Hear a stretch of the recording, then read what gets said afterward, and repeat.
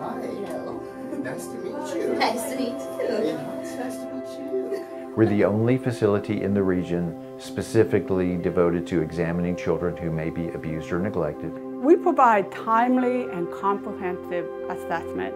The question of whether a child is safe is a question that cannot wait for an answer. We have years of experience with dealing with kids who have been abused. So when they come to our clinic, we have a very child-focused experience that's based on being therapeutic and not traumatic. The average age of the child that comes to our clinic is around 2 to 3 years of age. Therefore, most of the neglect and abuse is happening in the home at the hands of the caregiver. So in most cases, that would be the parents, closely followed by family members, babysitters. And that's one of the things that makes child abuse so difficult is that it usually happens within the context of the home environment. Recognizing when a parent needs help, recognizing that they're overwhelmed, stepping in to help that parent can go a long way.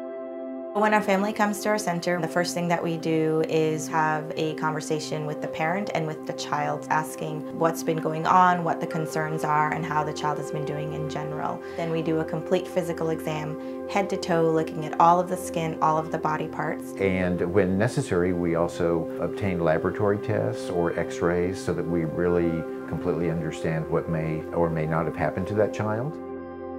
I'm not sure that there's any way that we can end all child abuse, but I think there's lots of ways that we can decrease the number of children who are abused. One of the best ways to spread awareness about child abuse is simply talking about it. Some signs or symptoms of abuse could be, for example, with physical abuse, could be bruises in unusual places, places that kids don't usually get bruises from accidental injuries. With neglect, it could be that the child isn't growing or developing well.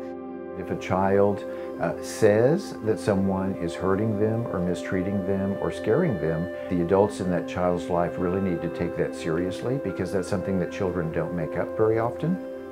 I think it's really important that people realize that they are the ones who need to be protecting children in our community and not just expect that someone else will protect a child who's being hurt or endangered. All of us need to realize that children are all of our responsibility.